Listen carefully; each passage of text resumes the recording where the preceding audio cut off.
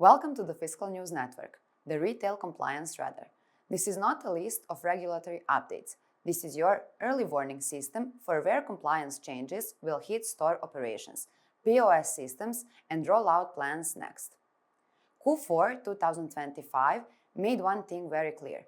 2026 is the year legacy fiscal models stop working. In each update, we'll break down what changed, who's affected, the operational and technical impact, the real risk, and what retailers should do now before deadlines turn into downtime. From January 1st, 2026, Slovakia transitions fully to eKasa-Only reporting. Older type of fiscal devices, such as electronic cash registers and fiscal printers, are phased out. Cloud-based software cash registers are formally allowed. Receipts must include a QR code for public verification. Online response time is extended to 5 seconds, while controlled offline sales remain possible with later reporting. Any retailer still using older type of devices that are not connected to eKasa. This is especially sensitive for multi-store chains with older POS deployments. Retail impact. Store operations, hardware-dependent setups must be replaced or re-architected. POS systems must support eKasa-Only workflows, online, cloud, software, or virtual, and controlled offline scenarios. Payments and hardware. Reduced reliance on dedicated fiscal printers, more pressure on POS software reliability. IT processes. Rollouts require certification readiness, testing environments, and cutover planning store by store and countrywide. Integration impact. Real-time and deferred reporting logic must be handled cleanly to avoid gaps during outreach. The largest risk is operational disruption from not being able to receive structured e-invoices, plus compliance exposure from inaccurate data. Pre-filled VAT returns do not remove taxpayer responsibility. The legal risk here is not subtle. From 2026, fiscal devices that are not connected with eKasa, those are electronic cash registers and fiscal printers, are no longer permitted. Retailers that treat this as a technical upgrade rather than a compliance cutover may intentionally issue non-compliant sales. This represents the end of the legacy fiscal printer with fiscal memory. System must be eKasa first, generate QR code on receipts, and correctly handle online timeouts and controlled offline sales. Any dependency on legacy fiscal memory must be eliminated. Retailers typically underestimate the operational load, device swaps, store training, and cutover windows. The fastest way to fail is to migrate one store at a time without a countrywide plan and a backout procedure. Belgium's FPS Finance extended the tolerance period, again, due to insufficient availability of certified GKS 2.0 solutions and fiscal data modules, FDM. The tolerance period now runs until March 31st, 2026, and legislation will be amended accordingly. Catering and hospitality businesses subject to GKS and any affected businesses that need to install a cash register system between January 1st and March 31st, 2026. Retail adjacent operators, food service in stores, should also pay attention. Retail impact, store operations, multiple compliance pathways during tolerance, voluntary GKS 2.0, register online, while awaiting hardware or install GKS 1.0 temporarily. POS systems, risk of building temporary paths that require rework when certified GKS 2.0 becomes unavoidable. Hardware and fiscal modules. Supply constraints are easing as the first GKS 2.0 certified FDM solutions enter the market, but availability remains uneven and vendor-specific. IT processes, procurement and certification timelines remain critical. Documentation must now justify early vendor selection, transitional architectures, and readiness for full GKS 2.0 rollout rather than interim stopgap solutions. Integration impact. Prepare for migration sequences and avoid lock-in to interim configurations. Postponements still create a false sense of security. With certified GKS 2.0 solutions now available, the risk shifts to compressed implementation timelines, capacity constraints at certified vendors, and duplicated costs where GKS 1.0 was deployed as a temporary measure instead of planning a direct GKS 2.0 transition. A tolerance period is not the same as a repel. It changes enforcement timing, but not the underlying obligation. Retailers should document interim steps carefully and avoid decisions that could create future non-compliance and non-compliance exposure. The technical trap is temporary permanence. Installing a GKS 1.0, as if it were a stable long-term path, usually means double migration cost within months, build migration-ready configurations and integration layers. Operationally, the worst outcome is opening or refitting locations with a short-term solution and then redoing them under pressure. Treat the tolerance period as preparation time, not free time. France's e-invoicing, e-reporting reform, domestic B2B, e-invoicing and transaction data transmission for other flows is postponed to 2026 and 2027. The timeline: September 1st, 2026, mandatory reception of e-invoices for all companies. September 1st, 2026, issuing for large and medium companies. September 1st, 2027, issuing for small and micro entities. All VAT registered businesses, including small and VAT-exempt companies, for reception first, plus foreign companies when transactions are taxable in France. Retailers with high invoice volume and complex B2B and B2C mixes are especially exposed. Retail impact, store operations, indirect impact via supplier invoice reception, failures and AP disruptions. POS and commerce data. E-reporting requires structured, accurate transaction data for relevant flows. IT processes. Integration between invoicing, ERP accounting, and reporting becomes mandatory. Responsibility for data quality stays internal. Integration impact. Platforms transmit data but do not validate or correct it. Internal controls must exist. Change management. Readiness for receiving e-invoices by September 2026 is often underestimated compared to issuing. The largest risk is operational disruption from not being able to receive structured e-invoices plus compliance exposure from inaccurate data. Pre-filled VAT returns do not remove taxpayers' responsibility. A common misconception is that accredited platforms make you compliant. They do not. Taxpayers remain responsible for accuracy, completeness, and correct classification of transactions. Retailers should treat this as a data program, not software purchase.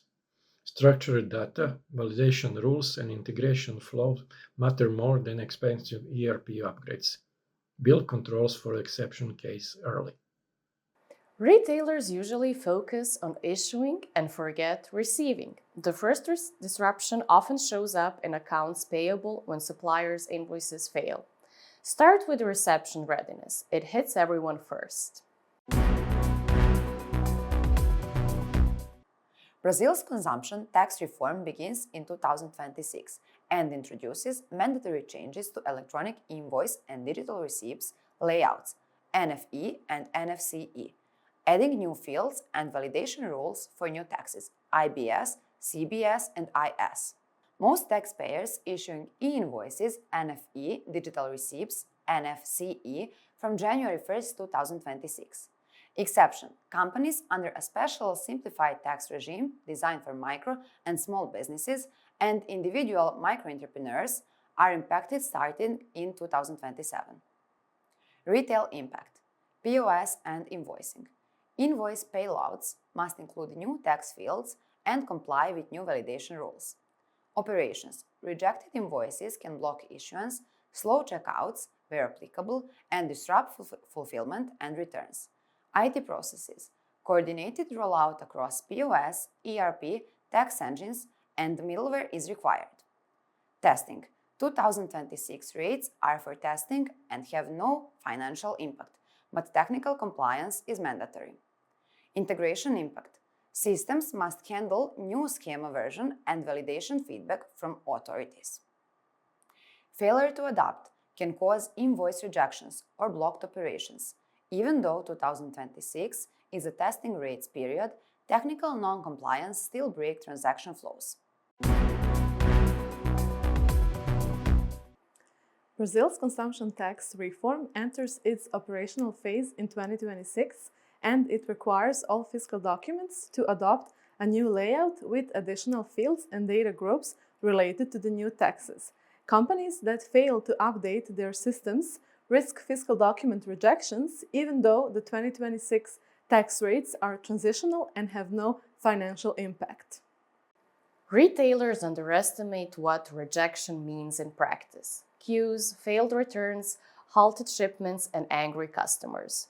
Run controlled pilots and keep store teams informed about exception handling. From January 1st, 2026, Brazil completes the nationwide transition to digital receipts, NFC-e Model 65, replacing legacy fiscal hardware and requiring XML-based receipts authorized in real time by CEFAs. Customers receive a simplified printout, DAMFE NFC-e, with a QR code for validation. Retailers in any Brazilian state still operating legacy fiscal solutions, fiscal printers, SAT, MFE, KSeF or Model 2 consumer invoices, and retailers planning new store openings or POS solutions in 2026. Retail impact, store operations, standardized digital receipts, stronger reliance on connectivity and exception procedures. POS systems must generate, sign, transmit, and receive authorization for XML receipts in real time. Hardware and payments. Legacy fiscal devices are removed from the stack. The POS software layer becomes the compliance backbone. IT processes. Stronger requirements for receipts archiving, retention, and B2C versus B2B handling. Integration impact. Any latency or integration failure can surface directly at checkout. If systems fail to authorize receipts, retailers face blocked sales. If archiving and retention are mishandled, audit exposure increases. Operational continuity depends on resilient issuance and contingency design. Brazil's new fiscalization model shifts enforcement into real-time authorization. That means compliance is not only reporting later, it is sell only if authorized. When fiscal authorization fails, store staff need a clear playbook. If they improvise, you get inconsistent customer outcomes and audit mess. Train exceptions as seriously as normal flows. Spain published Royal Decree Law 15/2025, extended the mandatory adoption of VERI FACTU compliant invoicing systems or VERI FACTU fiscalization. New deadlines: January 1st, 2027 for corporate income tax payers, July 1st, 2027 for business owners and professionals under IRPF. Retailers and corporate groups operating in Spain, if they are not in SII system, plus self-employed professionals and smaller operators with invoicing systems that must align to the standardized requirements. Retail impact. Store operations. The change itself may not be visible in store, but invoicing and reporting discipline tightens. POS and back office. Invoicing systems and data capture must align to VERI FACTU requirements. Testing and documentation matter. IT processes.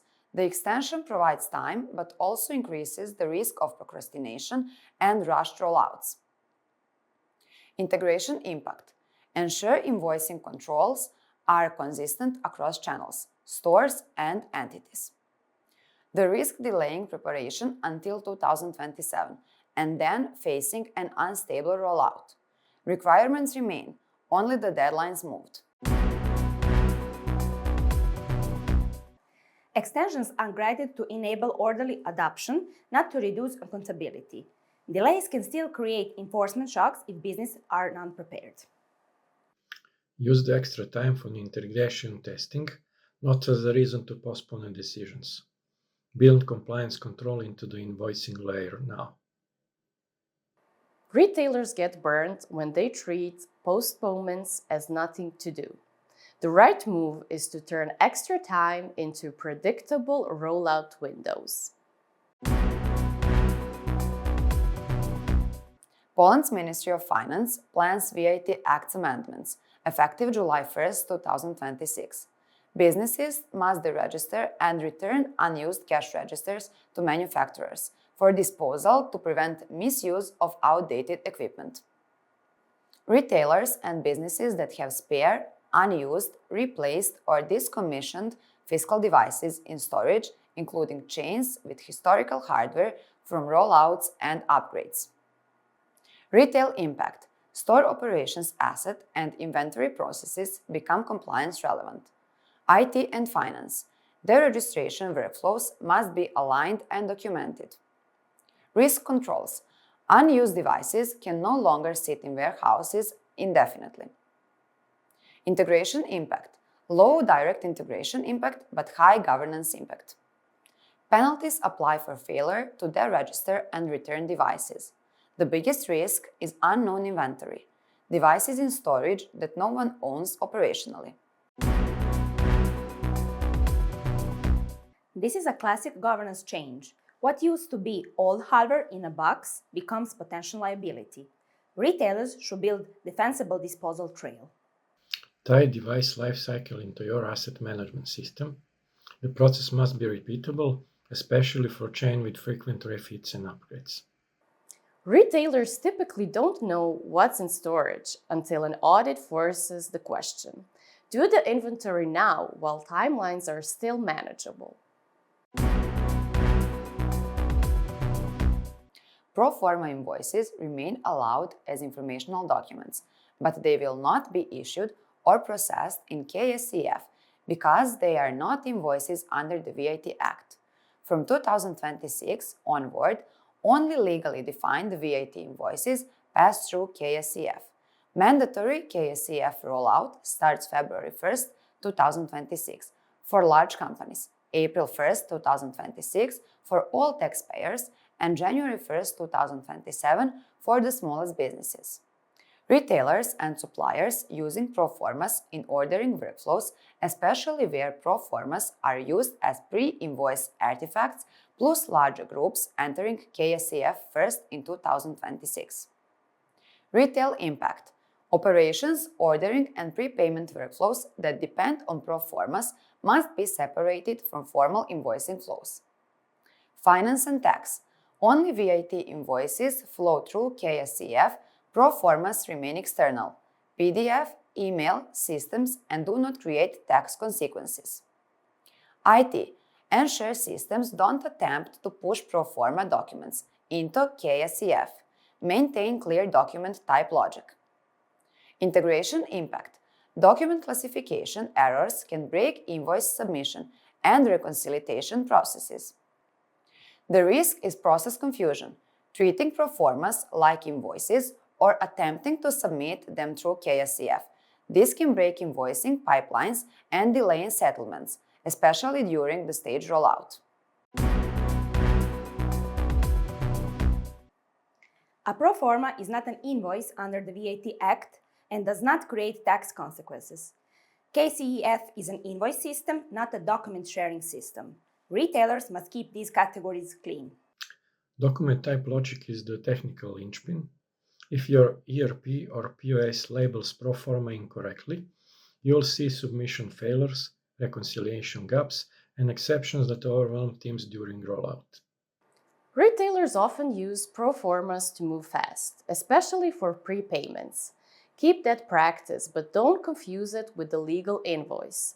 Make the workflow explicit to protect cash flow and customer experience. North Macedonia has started testing a new mandatory B2B e-invoicing system called e-Faktura. From October 2026, every B2B invoice must be approved by the tax authority before it becomes legally valid. This affects all retailers and wholesalers, issuing B2B invoices, including retail chains supplying franchises, cash and carry and wholesale formats, retailers with B2B services, rentals or logistic billings, international groups operating through local entities. Retail impact operations. Invoices are no longer sent directly to customers. They must first be cleared by the tax authority, which can affect shipping, service delivery, and revenue recognition timing. Finance and tax. Only tax authority validated invoices are legally valid. Unapproved invoices cannot be booked, paid, or used for VAT reporting. IT. ERP and invoicing system must support real-time invoice submission, validation, feedback, error handling, and retries. Integration impact. Direct integration with the tax authority platform becomes mandatory. Invoice lifestyle logic changes across ERP, accounting, and reporting systems. The key risks are rejected or delayed invoices, blocked deliveries, cash flow disruption, and operational downtime during peak seasons if systems are not ready for real-time clearance.